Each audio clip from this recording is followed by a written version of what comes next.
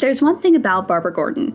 It's that she's going to persevere. From a symbol of the women's liberation movement in the Silver Age of comics, to her modern-day depictions, no one, fictional or otherwise, has ever been able to stop Batgirl for long. People have stood in Babs' way from the very beginning. Even Batman had no interest in Batgirl joining his crusade, but she knew her city needed her, and who was she to ignore that call? I'm sure you could have handled these crooks without my help, but I was glad for the chance to join in the fun. 1967 would be the year of the Batgirl. Unlike most heroes, Barbara Gordon made her comic book and on-screen debuts just months apart from one another. In print, Babs would go on a decades-long journey that would see itself adjusted, rebooted, and relaunched several times. On screen, she'd be brought to life by the incomparable Yvonne Craig. While it ended up being the most high-profile role of Craig's career, it would inspire countless young women to dive into comics for the first time. Some of those women would even be crazy enough to dive into pop culture media head first. And one of them is writing this story. I didn't get to spend a lot of time with my dad growing up. Babs and I have that in common. But when I did, we'd spend much of that time watching reruns together. Among a story list of shows was the Batman series that started it all. Craig's Batgirl was only in one season of the series, but since we never watch in order, I'd sit there every week waiting to see if Babs' scooter would putter across the screen in the intro. Each time it did meant the episode would get a young me's undivided attention. Well, this time I'm gonna teach you a lesson. As long as you're holding class as Penguin, perhaps you'd include Batgirl, too. Batgirl? Batgirl? Batgirl! Batgirl? I read Alan Moore's The Killing Joke when I was young. Probably too young, if we're keeping score. But it never sat quite right with me. It wasn't that I'd read something terrible happen to my favorite hero. No, terrible things happen to heroes all the time. Batman had already died like 4 times at this point. It wasn't until I'd grown a bit and learned how to dissect media a little better that I'd realized the problem wasn't the outcome. Getting shot and paralyzed is pretty par for the course for a crime fighter in Gotham, but how we ended up at the destination. Barbara Gordon is smart.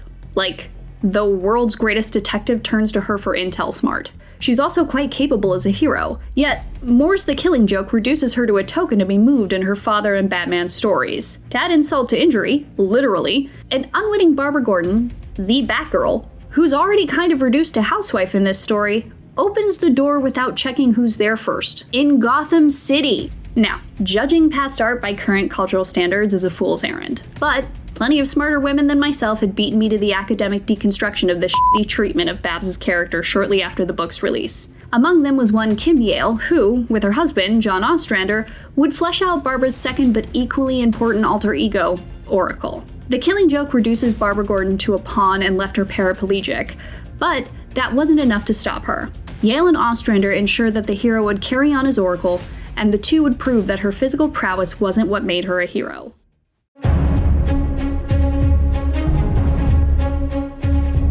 The idea that Barbara didn't need her legs to save Gotham was one that grew and evolved over time. While there were bound to be some hiccups with able-bodied folks trying to get the disabled experience right, Yale and Ostrander did an admirable job with the character. Under their pens, Bab would become a symbol of empowerment not just for the able-bodied, but for the disabled as well. She'd go on to help the Suicide Squad, Batman and the rest of the Bat family, and would even form her own team, the Birds of Prey. Oracle's impact hits in a different way than other disabled characters in comics, not because she's more important, but because we go on that journey with her. Her paraplegia is part of her in a tangible way and is never ever used as a gimmick. We watch her go through the stages of grief over her situation, and then we watch her rise above that despair to save her broken city anyway. Her arc isn't just one of perseverance, but one of the few that brings representation of the disabled community into comics.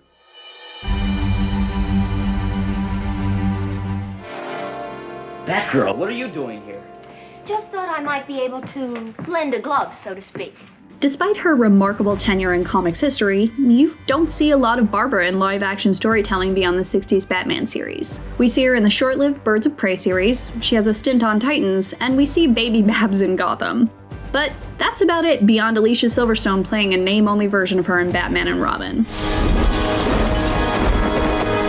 You're about to become compost. In fact, she is often erased from stories that she would otherwise be part of.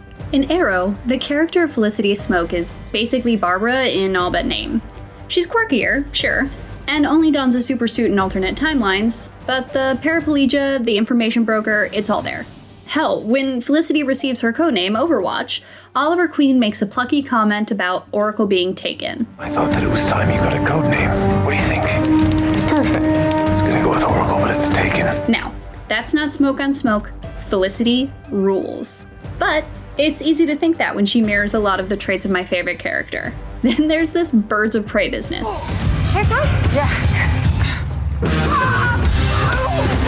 Remarkable movie, love it to pieces. I'd also like someone to explain to me how we ended up with a Birds of Prey movie without founding freaking member Barbara Gordon. But hey, we got a banger of a movie and a soundtrack out of it.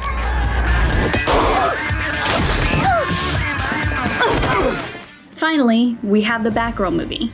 After years of anticipation and a couple of iterations and failed attempts, we were finally going to see Barbara Gordon in her own film. And she was going to be played by Leslie Grace. A whole new generation of women were going to be able to see themselves as the hero, and something as stupid as corporate greed took it all away for what seems to be for good. Now, here we sit with a game in Gotham Knights that prominently features Batgirl alongside her brothers, but word is, it's not very good. So, what am I getting at with all this?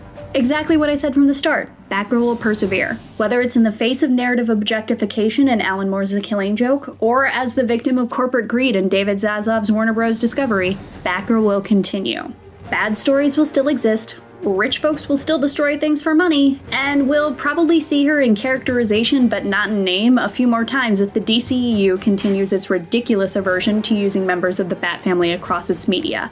But Barbara Gordon will still be there. The hero will still be there saving Gotham as Oracle, Batgirl, and sometimes even both. We'll still have hundreds of comics issues and lots of great animation to dive into to remind us to square our shoulders, even when we're scared. And yeah, I'm probably still gonna spend $70 on the game because it's my girl and I will never miss the opportunity to play her. Shout out to the Batgirl side quest in Arkham Origins, the only good part of the whole dang game. Either way, long live Barbara Gordon. For more on Batgirl, check out our review of Gotham Knights and how shelving the Batgirl movie makes no sense.